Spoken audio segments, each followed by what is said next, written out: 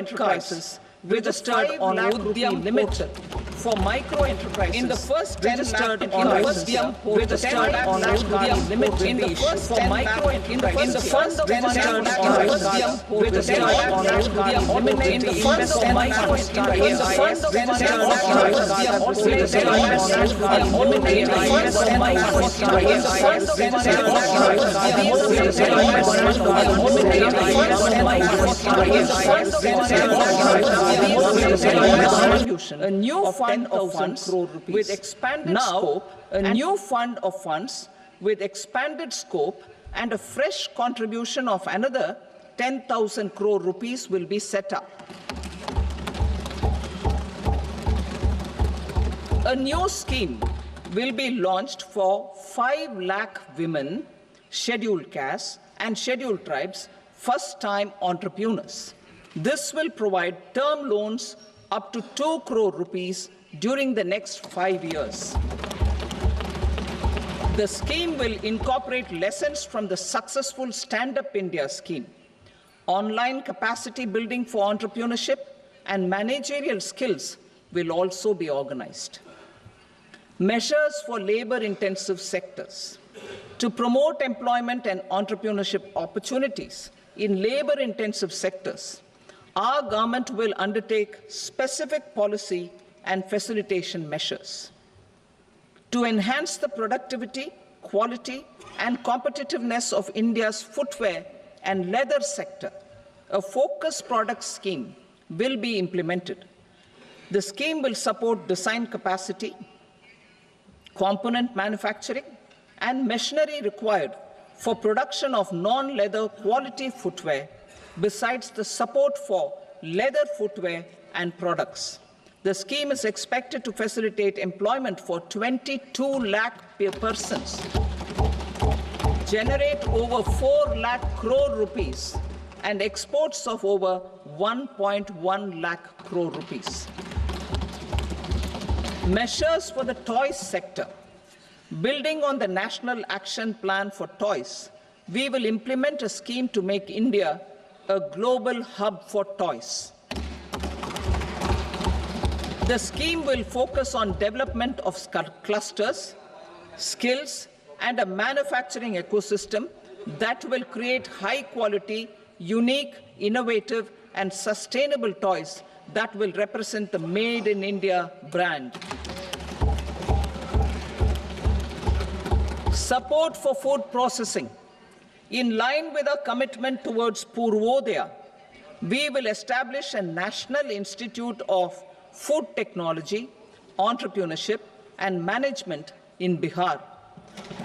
The institute will provide a strong fillip to food processing activities in the entire eastern region. This will result in 1. Enhanced income for the farmers through value addition to their produce, and 2. Skilling entrepreneurship and employment opportunities for the youth. Manufacturing mission, furthering Make in India.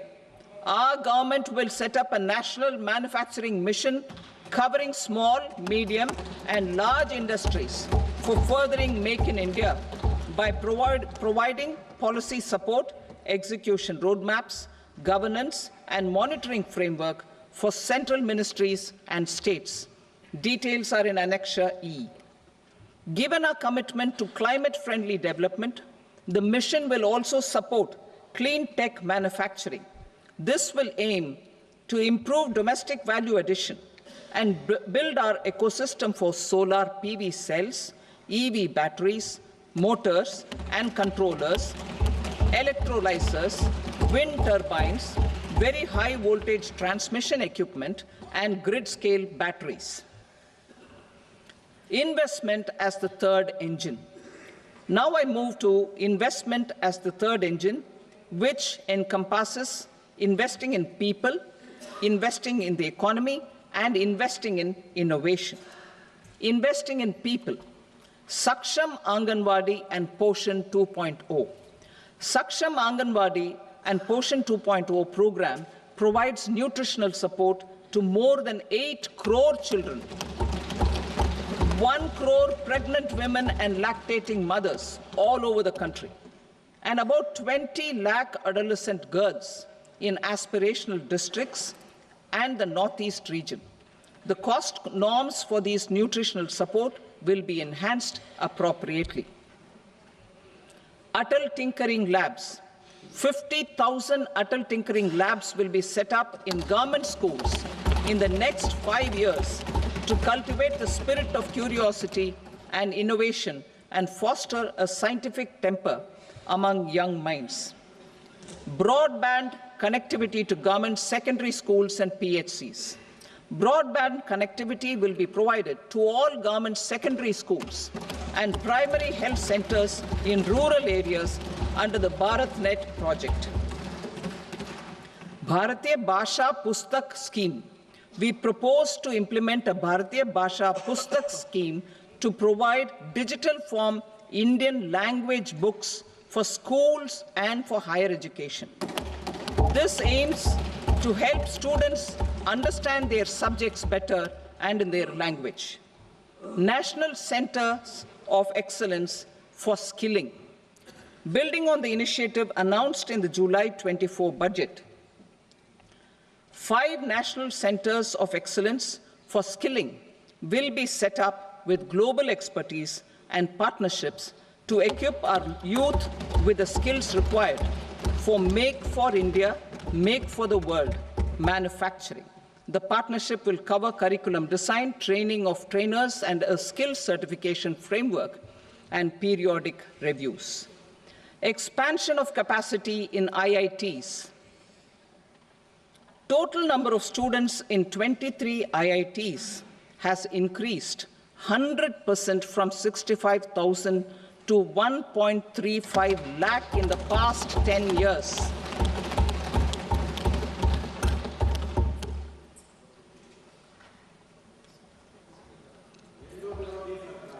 Additional infrastructure will be created in the 5 IITs started after 2014 to facilitate education for 6,500 more students.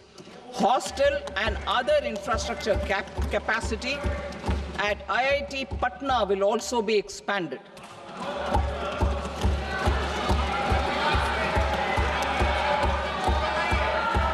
Center of Excellence.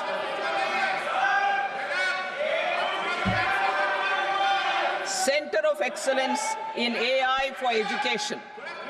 I had announced 3 centers of excellence in artificial intelligence for agriculture, health, and sustainable cities in 2023. Now a center of excellence in artificial intelligence for education will be set up with a total outlay of 500 crores. Expansion of medical education. Our government has added almost 1.1 lakh undergraduate and postgraduate medical education seats in 10 years, an increase of 130%. In the next year, 10,000 additional seats will be added in medical colleges and hospitals towards the goal of adding 75,000 seats in the next 5 years. Daycare cancer centers in all district hospitals. Our government will facilitate setting up of daycare cancer centers in all district hospitals in the next 3 years. 200 centers will be established in 25-26 itself. Strengthening urban livelihoods. Our government has been giving priority to assisting urban poor and vulnerable groups. A scheme for socio-economic upliftment of urban workers will be implemented to help them improve their incomes, have sustainable livelihoods, and a better quality of life. PM Swanidhi scheme has benefited more than 68 lakh street vendors, giving them respite from high-interest informal sector loans. Building on this success, the scheme will be revamped with enhanced loans from banks, UPI-linked credit cards with 30,000 rupees limit, and capacity building support. Social Security scheme for welfare of online platform workers. Gig workers of online platforms provide great dynamism to the new age services economy. Recognizing their contribution, our government will arrange for their identity cards and registration on the e-Shram portal. They will be provided health care under PM Jan Arogya Yojana. This measure is likely to assist nearly 1 crore gig workers.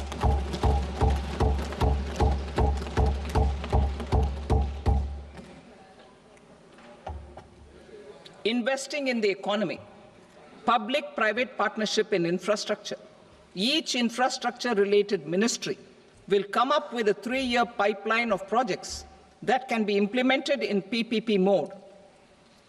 States will also be encouraged to do so and can seek support from the India Infrastructure Project Development Fund, which is a scheme to prepare PPP proposals.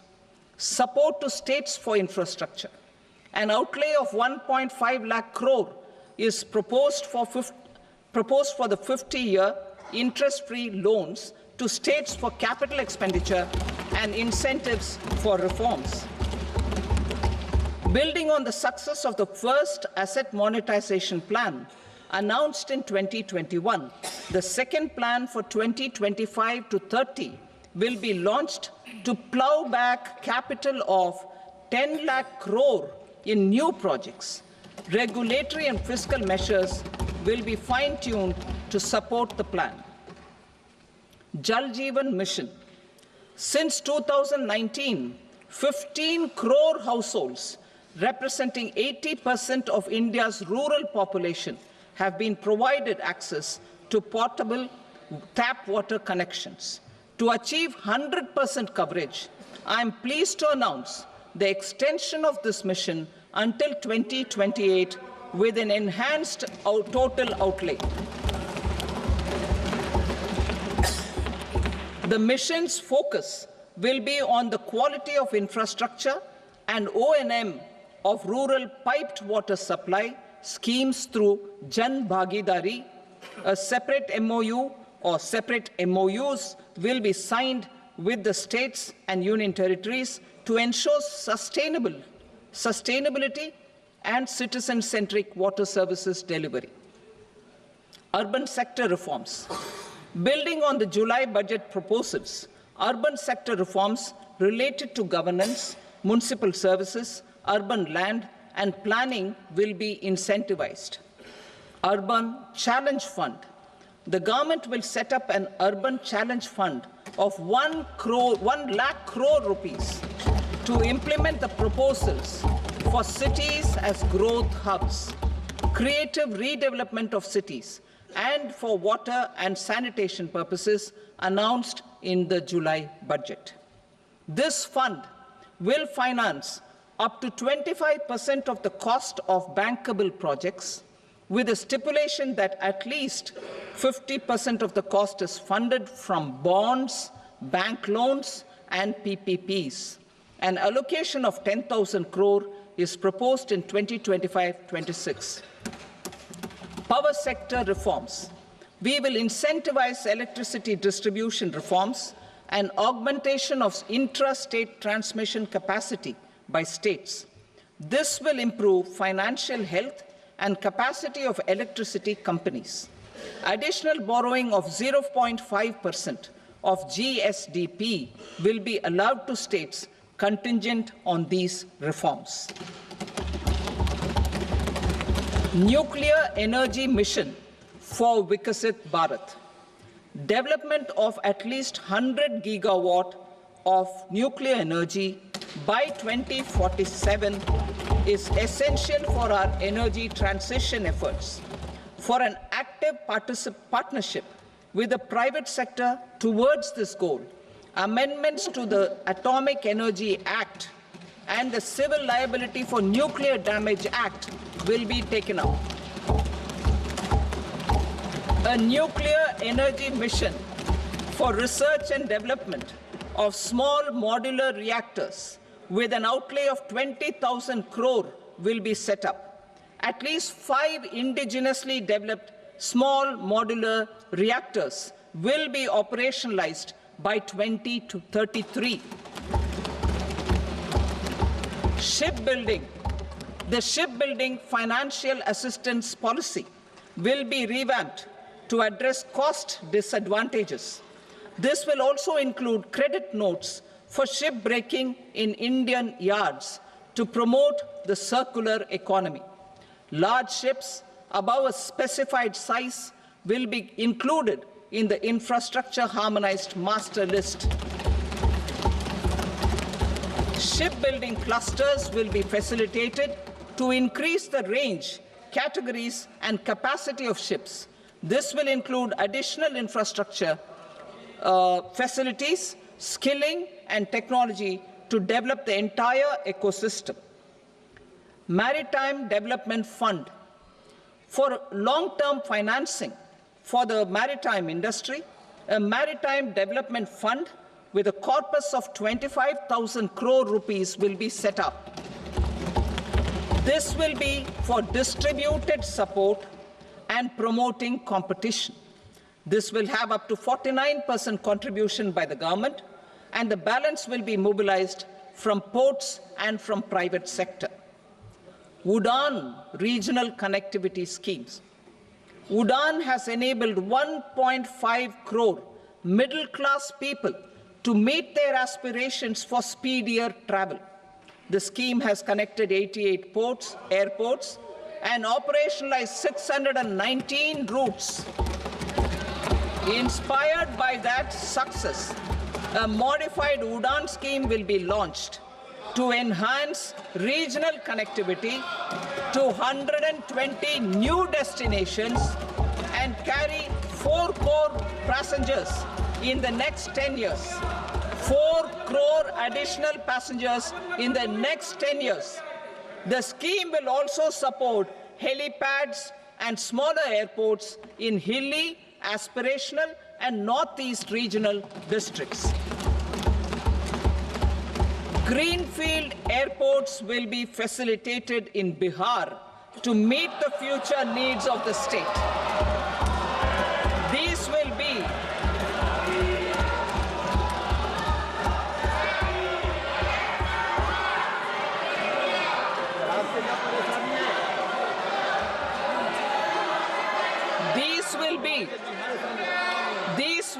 in addition to the expansion of the capacity of Patna Airport and a brownfield airport in Beta. Western Kosi Canal project in Mithilanchal. Financial support will be provided for the Western Kosi Canal ERM project, benefiting a large number of farmers, cultivating over 50,000 hectares of land in the Mithilanchal region of Bihar. Mining sector reforms. Mining sector reforms, including those for minor minerals, will be encouraged through sharing of best practices and institutions of a state mining index. A policy for recovery of critical minerals from tailings will be brought out. Under the special window for affordable and mid-income housing, SWAMI, 50,000 dwelling units in stressed housing projects have been completed and keys handed over to home buyers. Another 40,000 units will be completed in 2025, further helping middle-class families who are paying EMIs on loans taken for apartments while also paying rent for their current dwellings. Building on this success, SWAMI Fund 2 will be established as a blended finance facility with contribution from the government, banks, and private investors. This fund of 15,000 crore rupees will aim for expeditious completion of another 1 lakh units. PM Gati Shakti data for private sector. For furthering PPPs and assisting the private sector in project planning, access to relevant data and maps from the PM Gati Shakti portal will be provided. Tourism for employment-led growth. Top 50 tourist destination sites in the country will be developed in partnership with states through a challenge mode. Land for building key infrastructure will have to be provided by the states. Hotels in these destinations will be included in the infrastructure harmonized list. The following measures will be taken for facilitating employment-led growth: organizing intensive skill development programs for our youth, including in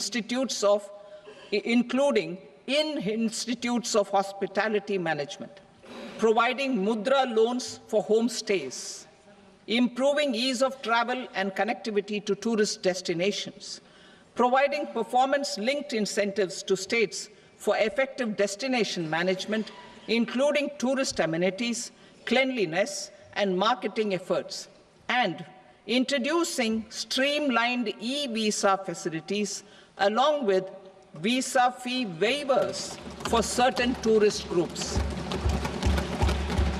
Continuing with the emphasis on places of spiritual and religious significance, in the July budget, there will be a special focus on destinations related to the life and times of Lord Buddha. Medical tourism and heal in India. Medical tourism and heal in India will be promoted in partnership with the private sector, along with capacity building and easier visa norms. Investing in innovation. To implement private sector-driven research, development, and innovation initiatives announced in the July budget, I am now allocating 20,000 crore rupees for this purpose. A deep tech fund of funds will also be explored to catalyze the next generation startups as a part of this initiative. In the next 5 years, under the PM Research Fellowship Scheme, we will provide 10,000 fellowships for technological research in IITs and IISc with enhanced financial support. The second gene bank with 10 lakh germplasm lines will be set up for future food and nutritional security. This will provide conservation support to both public and private sectors for genetic resources. We will start a national geospatial mission to develop foundational geospatial infrastructure and data. Using PM Gati Shakti, this mission will facilitate modernization of land records, urban planning, and design of infrastructure projects. A Gyan Bharatam mission for survey, documentation, and conservation of our manuscript heritage with academic institutions, museums, libraries, and private collectors will be undertaken to cover more than 1 crore manuscripts. We will set up a national digital repository of Indian knowledge systems for knowledge sharing. Now I move to exports as the fourth engine. We will set up an export promotion mission with sectoral and ministerial targets driven jointly by the Ministries of Commerce, MSME, and Finance. It will facilitate easy access to export credit, cross-border factoring support, support to MSMEs to tackle non-tariff measures in overseas markets.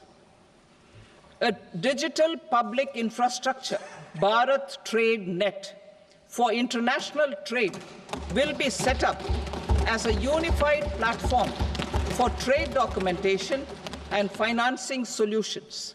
This will complement the Unified Logistics Interface platform. The BTN will be aligned with international practices.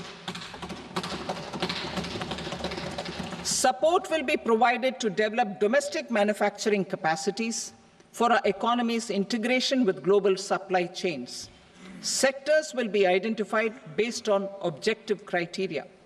Facilitation groups with participation of senior officers and industry representatives will be formed for select products and supply chains.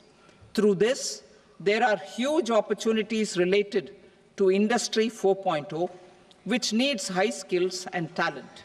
Our youth have both. Our government will support the domestic electronic equipment industry to leverage this opportunity for the benefit of our youth. A national framework will be formulated as guidance to states for promoting global capability centers in emerging Tier 2 cities. This will suggest measures for enhancing availability of talent and infrastructure, building bylaw reforms, and mechanisms for collaboration with industry. Our government will facilitate upgradation of infrastructure and warehousing for air cargo, including high-value perishable horticultural produce. Cargo screening and customs protocol will be streamlined and made user-friendly. Reforms as the fuel. Over the past 10 years, our government has implemented several reforms for convenience of taxpayers, such as faceless assessment, 2, taxpayer charter, 3, faster returns, 4, almost 99% returns being on self-assessment, and 5, Vivad Se Vishwas scheme.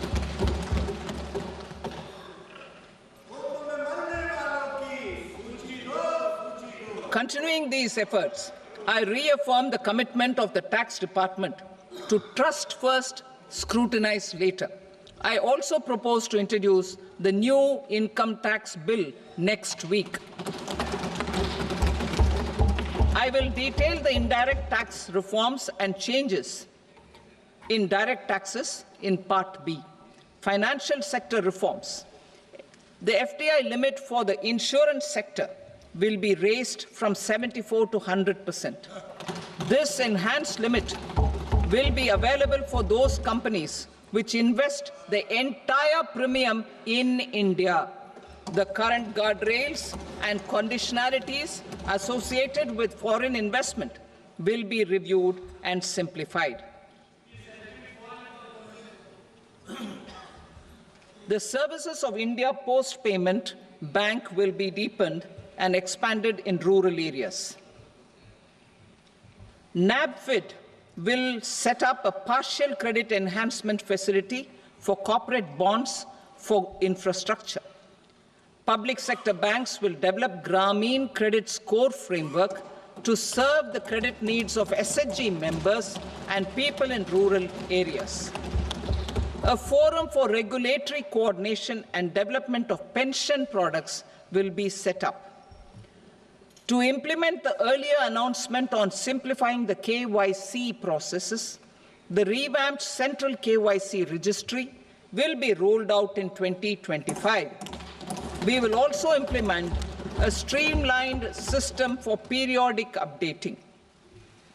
Requirements and procedures for speedy approval of company mergers will be rationalized. The scope for fast-track mergers will also be widened and the process made simpler.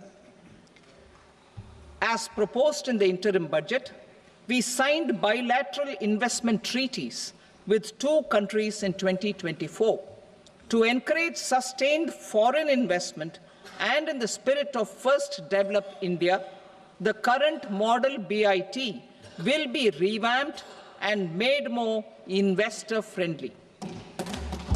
In the last 10 years, in several aspects, including financial and non-financial, our government has demonstrated a steadfast commitment to ease of doing business. We are determined to ensure that our regulations must keep up with technological innovations and global policy developments. A light-touch regulatory framework based on principles and trust will unleash productivity and employment. Through this framework, we will update regulations that were made under old laws. To develop this modern flexible, people-friendly, and trust-based regulatory framework appropriate for the 21st century, I propose 4 specific measures. A high-level committee for regulatory reforms will be set up for a review of all non-financial sector regulations, certifications, licenses, and permissions. The committee will be expected to make recommendations within a year. The objective is to strengthen trust-based economic governance and take transformational measures to enhance ease of doing business, especially in matters of inspection and compliances. States will be encouraged to join in this endeavor. An investment friendliness index of states will be launched in 2025 to further the spirit of competitive, cooperative federalism.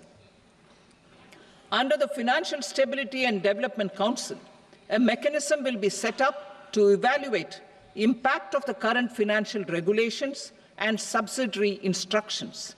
It will also formulate a framework to enhance their responsiveness and development of the financial sector.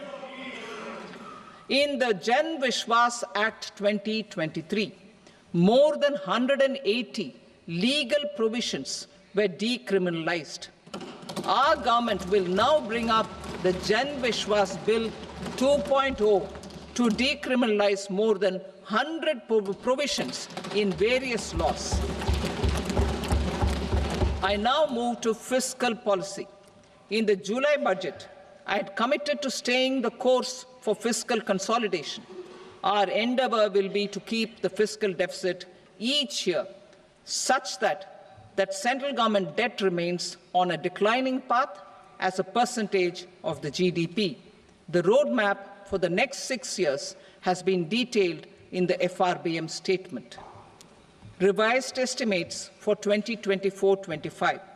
The revised estimate of the total receipts other than borrowings is 31.47 lakh crore rupees, of which the net tax receipts are 25.57 lakh crore rupees. The revised estimate of the total expenditure is 47.16 lakh crore rupees, of which the capital expenditure is about 10.18 lakh crore rupees.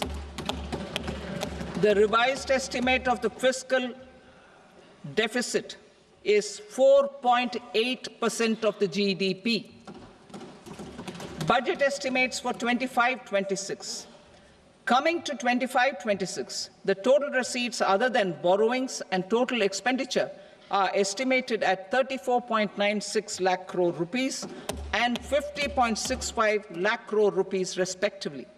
The net tax receipts are estimated at 28.37 lakh crore rupees. The fiscal deficit is estimated to be 4.4% of GDP. To finance the fiscal deficit, the net market borrowings from dated securities are estimated at 11.54 lakh crore. The balance financing is expected to come from small savings and other sources. The gross market borrowings are estimated at 14.82 lakh crore rupees. I will now move to Part B. Indirect taxes. My proposals relating to customs aim to rationalize tariff structure and address duty inversion. These will also support domestic manufacturing and value addition, promote exports, facilitate trade, and provide relief to common people. Rationalization of customs tariff structure for industrial goods. As a part of comprehensive review of customs rate structure announced in July 2024 budget, I propose to 1. Remove 7 tariff rates. This is over and above the 7 tariff rates removed in 23-24 budget. After this, there will be only 8 remaining tariff rates, including 0 rate. 2. Apply appropriate cess to broadly maintain effective duty incidence except on a few items where such incidents will reduce marginally. 3. Levy not more than one cess or surcharge. Therefore, I propose to exempt social welfare surcharge on 82 tariff lines that are subject to a cess. I shall now take up sector-specific proposals. To provide relief to patients, particularly those suffering from cancer, rare diseases, and other severe chronic diseases, I propose to add 36 life-saving drugs and medicines to the list of medicines fully exempted from basic custom duty.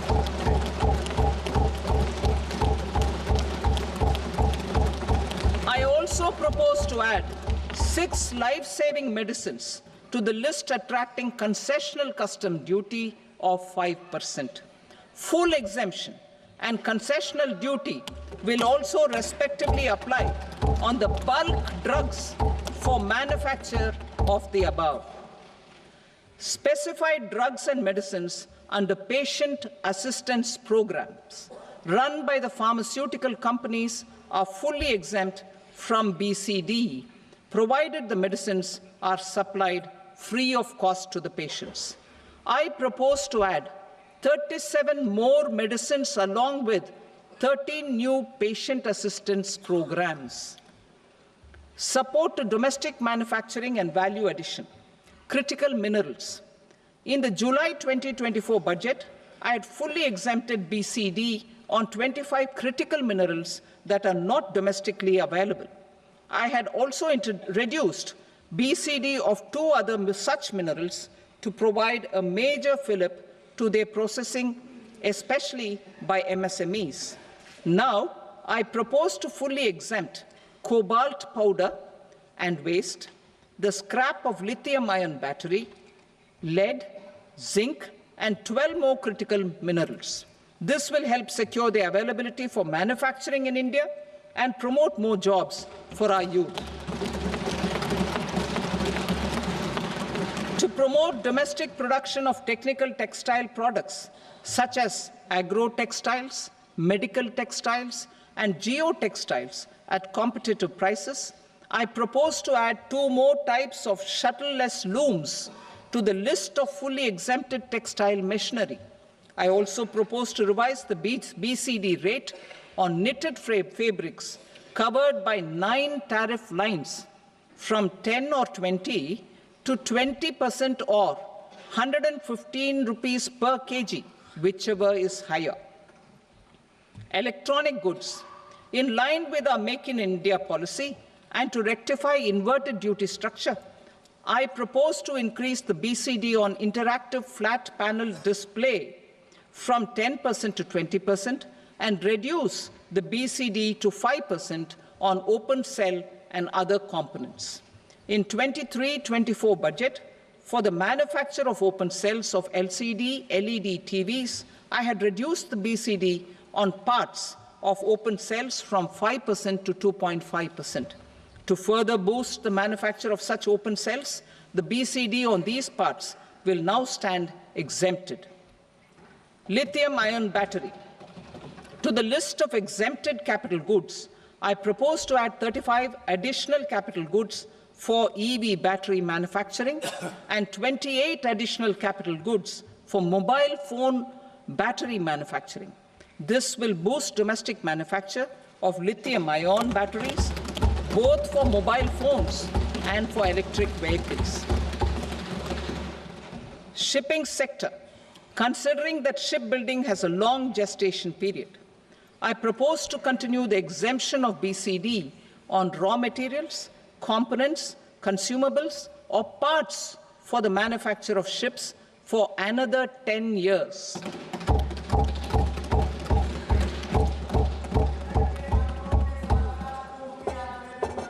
I also propose the same dispensation for shipbreaking to make it more competitive. Telecommunication. To prevent classification disputes, I propose to reduce the BCD from 20% to 10% on carrier-grade Ethernet switches to make it at par with non-carrier-grade Ethernet switches. export promotion. To facilitate exports of handicrafts, I propose to extend the time period for export from 6 months to 1 year, further extendable by another 3 months if required. I also propose to add 9 items to the list of duty-free inputs. Leather sector. I propose to fully exempt BCD on wet blue leather to facilitate imports for domestic value addition and employment. I also propose to exempt crust leather from 20% export duty to facilitate exports by small tanners. Marine products.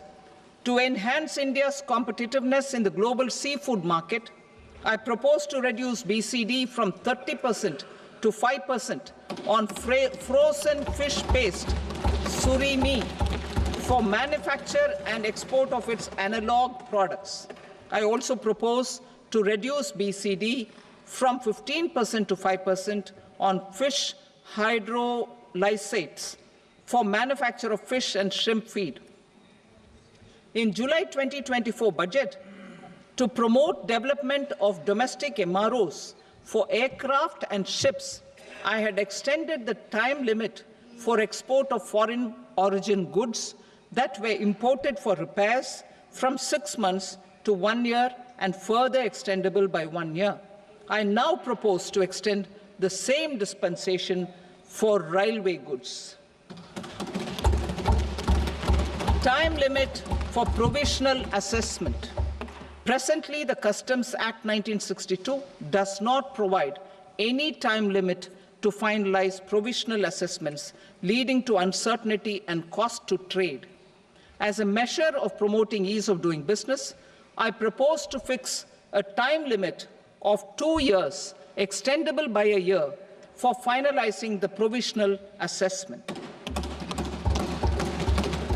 I propose to introduce a new provision that will enable importers or exporters, after clearance of goods, to voluntarily declare material facts and pay duty with interest but without penalty. This will incentivize voluntary compliance. However, this will not apply in cases where department has already initiated audit or investigation proceedings. For industry to better plan their imports, I propose to extend the time limit for the end use of imported inputs in the relevant rules from 6 months to 1 year. This will provide operational flexibility in view of cost and uncertainty of supply. Further, such importers will now have to file only quarterly statements instead of a monthly statement.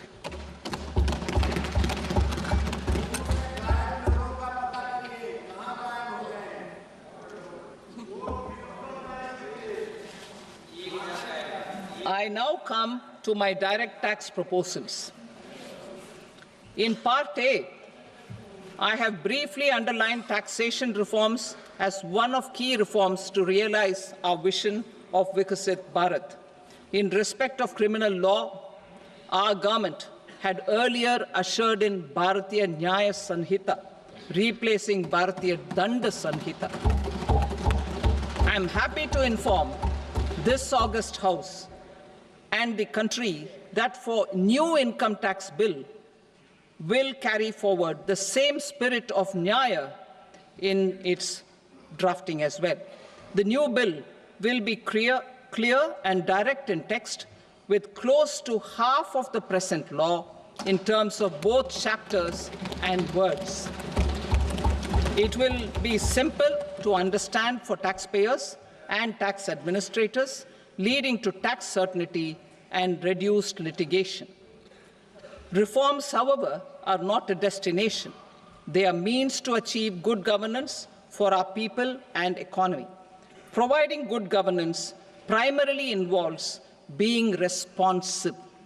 The Tirukural captures this in verse 542, which reads, "Vaanokki vaazhum ulagallam, mannavan kol nokki vaazhum kudi," meaning, just as the living beings live expecting rains, Citizens live expecting good governance. Our government is committed to keeping an ear to the ground and a finger on the pulse and responding while balancing our national building efforts.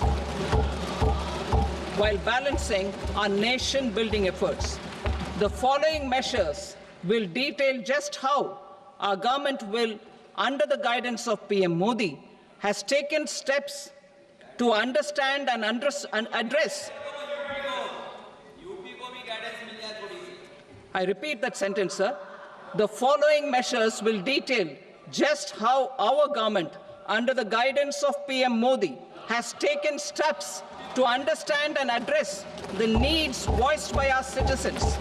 My tax proposals are guided by this spirit. The objectives of my proposals are as follows.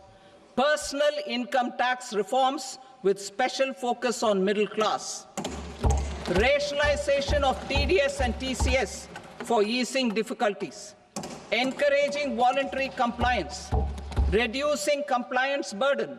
Ease of doing business, employment and investment. I will come to my proposal on personal income tax towards the end. TDS and TCS, rationalization for easing difficulties.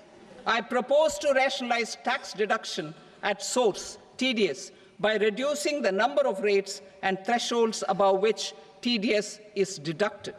Further, threshold amounts for tax deduction will be increased for better clarity and uniformity. The limit for tax deduction on interest for senior citizens is being doubled from the present 50,000 rupees to 1 lakh rupees. Similarly, the annual limit of 2.40 lakh rupees for TDS on rent is being increased to 6 lakh rupees. This will reduce the number of transactions liable to TDS, thus benefiting small taxpayers receiving small payments. The threshold to collect tax at source, the TCS, on remittances under RBI's liberalized remittance scheme, the LRS, is proposed to be increased from 7 lakh to 10 lakhs.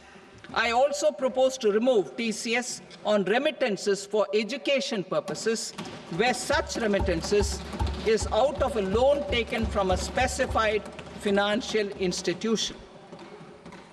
Both TDS and TCS are being applied on any transaction related to sale of goods. To prevent such compliance difficulties, I propose to omit the TCS. I also propose that the provisions of the higher TDS deduction will now apply only in non-PAN cases. In July 2024, the delay for payment of TDS up to the due date of filing statement was decriminalized. I propose to provide the same relaxation to TCS provisions as well. The government under the leadership of Prime Minister Modi believes in Sabka Saath, Sabka Vikas, Sabka Vishwas and Sabka Prayas. In line with this, we brought in updated return facility in 2022 for voluntary compliance by taxpayers who had omitted to report their correct income. Our trust in taxpayers was proved right. Nearly 90 lakh taxpayers voluntarily updated their incomes by paying additional tax. Taking this trust further, I now propose to extend the time limit to file updated returns for any assessment year from the current limit of 2 years to 4 years. I propose to reduce the compliance burden for small charitable trusts and institutions by increasing their period of registration from 5 years to 10 years. It is also proposed that disproportionate consequences do not arise for minor defaults, such as incomplete applications filed by charitable entities. Presently, taxpayers can claim the annual value of self-occupied properties as nil only on the fulfillment of certain conditions. Considering the difficulties faced by taxpayers, it is proposed to allow the benefit of 2 such self-occupied properties without any condition.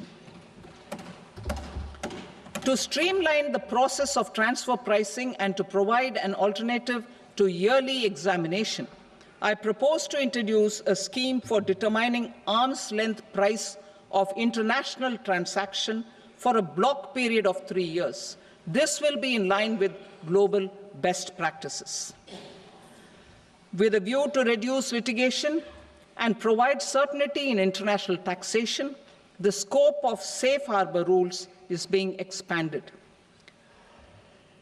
A number of senior and very senior citizens have very old national savings schemes accounts. As interest is no longer payable on such accounts, I propose to exempt withdrawals made from NSS by individuals on or after 29th August 2024. I am also proposing to allow similar treatment to NPS Vatsalya accounts as is available to normal NPS accounts subject to overall limits.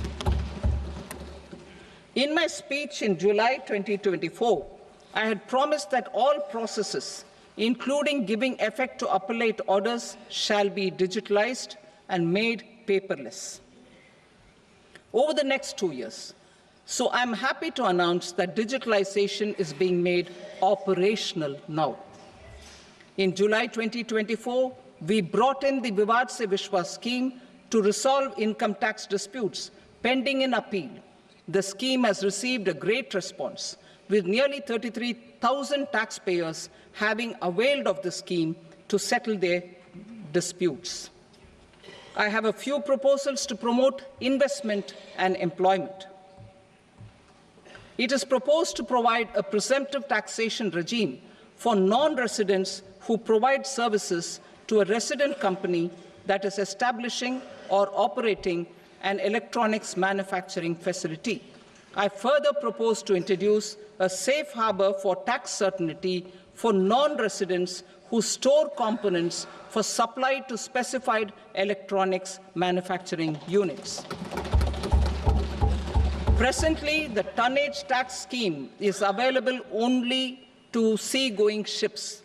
The benefits of existing tonnage tax scheme are proposed to be extended to inland vessels registered under the Indian Vessels Act 2021 to promote inland water transport in the country. Extension for incorporation of startups. We continue to support the Indian startup ecosystem. I propose to extend the period of incorporation by 5 years to allow the benefit available to startups which are incorporated before 1/4/2030. In order to attract and promote additional activities in the IFSC, I am inter alia proposing specific benefits to ship leasing units, insurance offices, and treasury centers of global companies which are set up in IFSC. Further, to claim benefits, the cut-off date for commencement in IFSC has also been extended by 5 years to 31/3/2030. Category 1 and Category 2 AIFs are undertaking investments in infrastructure and other such sectors. I propose to provide certainty of taxation to these entities on the gains from securities, to promote funding from sovereign wealth funds and pension funds to the infrastructure sector. I propose to extend the date of making an investment by 5 more years up to 31st March 2030.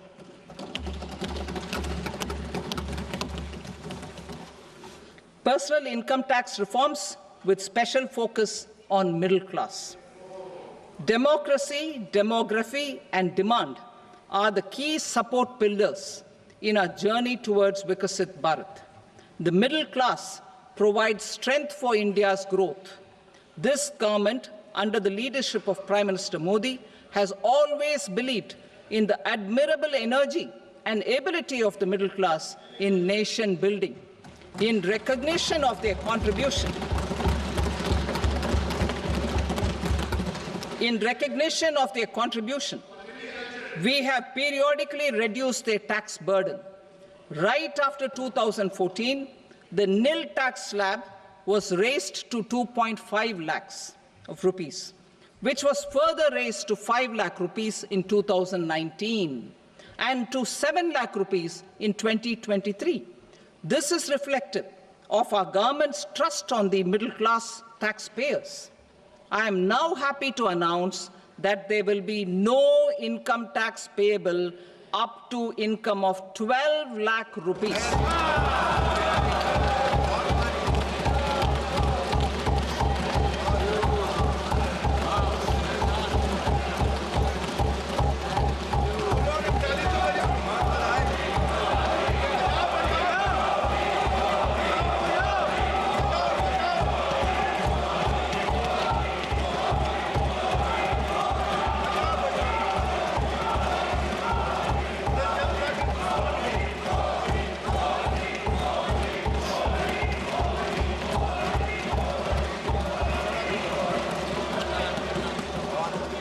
So, average income of 1 lakh per month, other than the special rate income such as capital gains, under the new regime.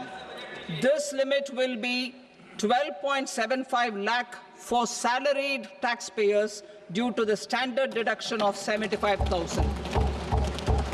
Slabs and rates are being changed across the board to benefit all taxpayers.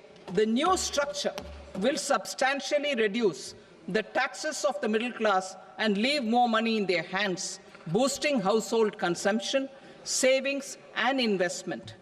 In the new tax regime, I propose to revise tax rate structures as follows: 0 to 4 lakh rupees nil, 4.8 lakh rupees to 4 to 8 lakh rupees 5%, 8 to 12 lakh rupees 10%, 12 to 16 lakh rupees 15%, 16 to 20 lakh rupees 20%, 20 to 24 lakh rupees 25%, and above 24 lakh rupees 30%. To taxpayers up to 12 lakh of normal income, other than special rate income such as capital gains. I read that again. To taxpayers up to 12 lakh of income, other than special rate income such as capital gains, tax rebate is being provided in addition to the benefit due to slab rate reduction in such a manner that there is no tax payable by them. The total tax benefit of slab rate changes and rebate at different income levels can be illustrated with a few examples. A taxpayer in the new regime with an income of 12 lakh rupees will get a benefit of 80,000 rupees in tax, which is 100% of tax payable as per the existing rates. A person having income of 18 lakh rupees will get a benefit of 70,000 rupees in tax, that is 30% of tax payable as per existing rates. A person with an income of 25 lakh gets a benefit of 1,10,000 rupees, that is 25% of his tax payable as per existing rates. Details of my tax proposals are given in the annexure. As a result of these proposals, Honorable Speaker, sir, revenue of about 1 lakh crore in direct taxes and 2,600 crores in indirect taxes will be foregone. Mr. Speaker, sir, with this, I commend the budget to this august House.